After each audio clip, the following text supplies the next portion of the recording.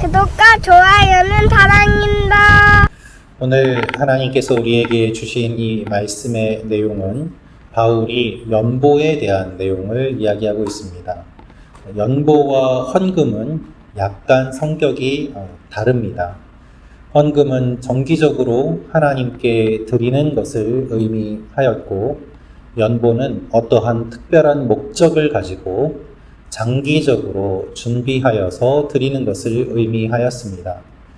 예루살렘 교회에 어려움이 있었고, 또 그 교회를 돕기 위하여 다른 여러 교회들이 연보를 하는 일들이 있었습니다. 함께 기도하며 준비하고 참여하도록 바울이 독려하였습니다. 그것에 대한 내용이 오늘 우리가 읽은 말씀의 배경입니다. 이 말씀을 통하여 우리가 알 수 있는 몇 가지 내용이 있습니다. 첫 번째로, 나의 교회가 아니라 우리의 교회임을 알게 하옵소서입니다. 나의 교회가 아니라 우리의 교회임을 알게 하옵소서. 여러분, 복음이 전하여졌을 때 가장 먼저 교회가 시작된 곳은 바로 예루살렘이었습니다. 예루살렘과 유대와 사마리아와 땅끝까지 이르러 내 증인이 되리라 하신 주님의 말씀처럼 베드로의 설교 한 번에 3,000명이 회개하고 예수님을 믿는 일들이 일어났습니다. 예수님을 믿는 사람들이, 예수님의 십자가를 본 사람들, 예수님의 부활의 소식을 들은 사람들이 예수님을 믿고 모이는 교회가 시작되었습니다. 예루살렘 교회는 어떻게 보면 다른 교회들보다 먼저 시작된 모교회인 것이었습니다. 그런데 예루살렘에 가뭄이 들고 교회에 여러 가지 필요가 생겼습니다. 바울은 이 소식을 전했고 고린도 교회가 함께 하기로 결정하였습니다. 그런데 1년이 넘도록 그 진행되는 것이 지지부진하였습니다. 바울은 마케도니아 사람들에게 자랑하였습니다. 고린도 교회는 이미 1년 전부터 준비하고 있다라고 말입니다.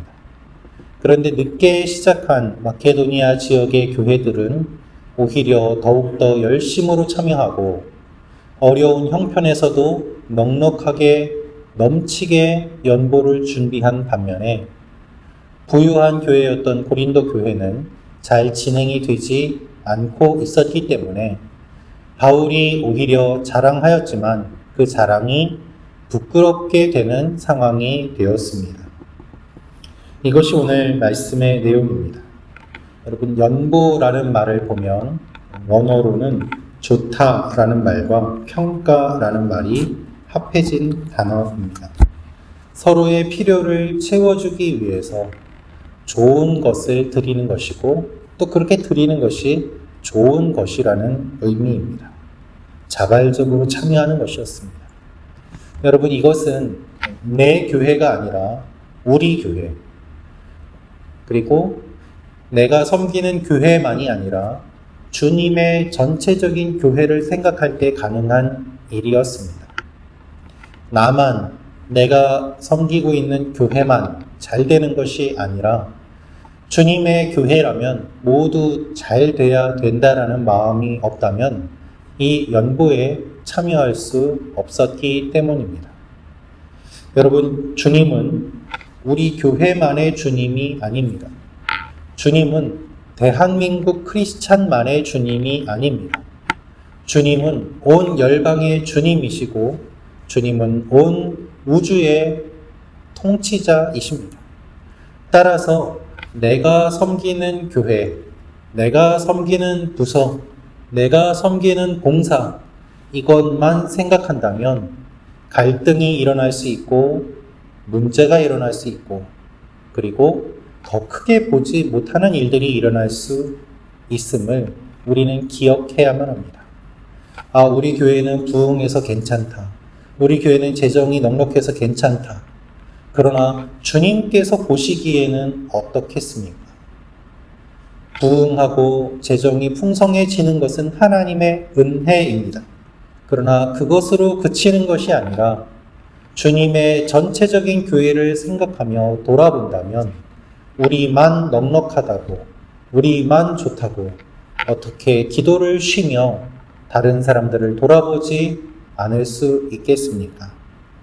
여러분, 우리가 내 집, 내 교회, 내 것, 그것만 바라보는 것이 아니라 주님의 마음을 품고 주님의 교회를 전체를 생각한다면 우리의 기도의 넓이가 넓어질 줄로 믿습니다. 우리의 기도의 깊이가 깊어질 줄로 믿습니다. 주님께서는 그것을 원하십니다. 그래서 하나님께서 이 새벽에 우리에게 기도의 지경이 넓어지며 주님의 모든 교회들이 건강하게 서로서로를 위하여 기도하고 세워주며 섬기고 돕는 그와 같은 일들이 일어나기를 원하십니다. 이것을 기억하며 나아가는 여러분과 제가 되기를 원합니다. 두 번째로 알 수 있는 내용이 있습니다. 그것은 교회의 영적인 원리를 알게 하옵소서입니다. 교회의 영적인 원리를 알게 하옵소서. 5절에서 7절 말씀입니다.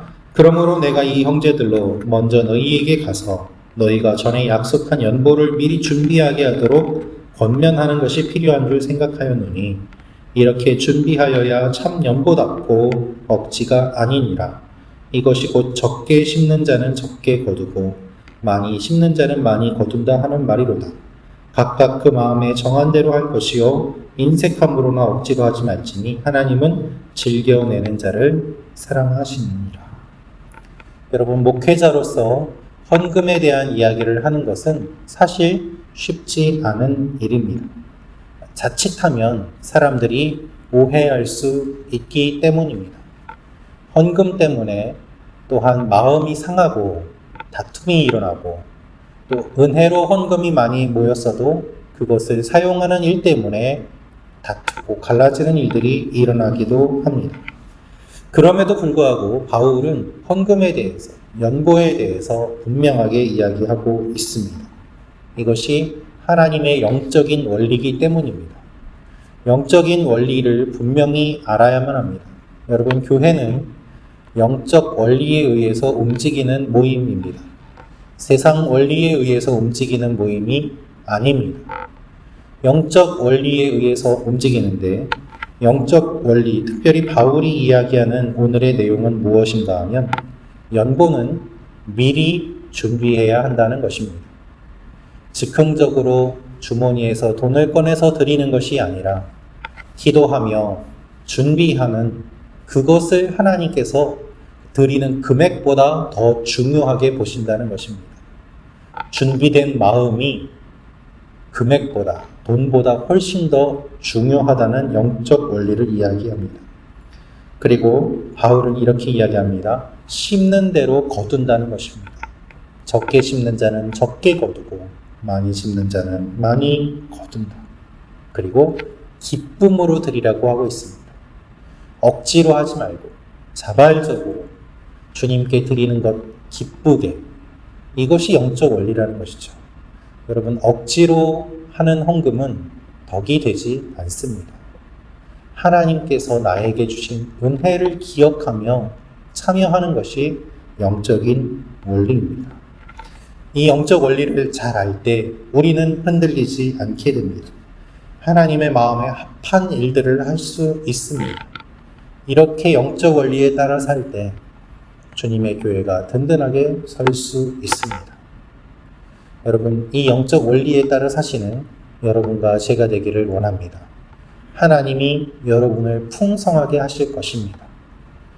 영적 원리에 따라 살 때 놀라운 열매를 맺게 될 것입니다. 세 번째로 알 수 있는 내용은 하나님이 우리에게 은혜를 주십니다 라는 것입니다. 하나님이 우리에게 은혜를 주십니다. 8절 9절 말씀 읽어드리겠습니다.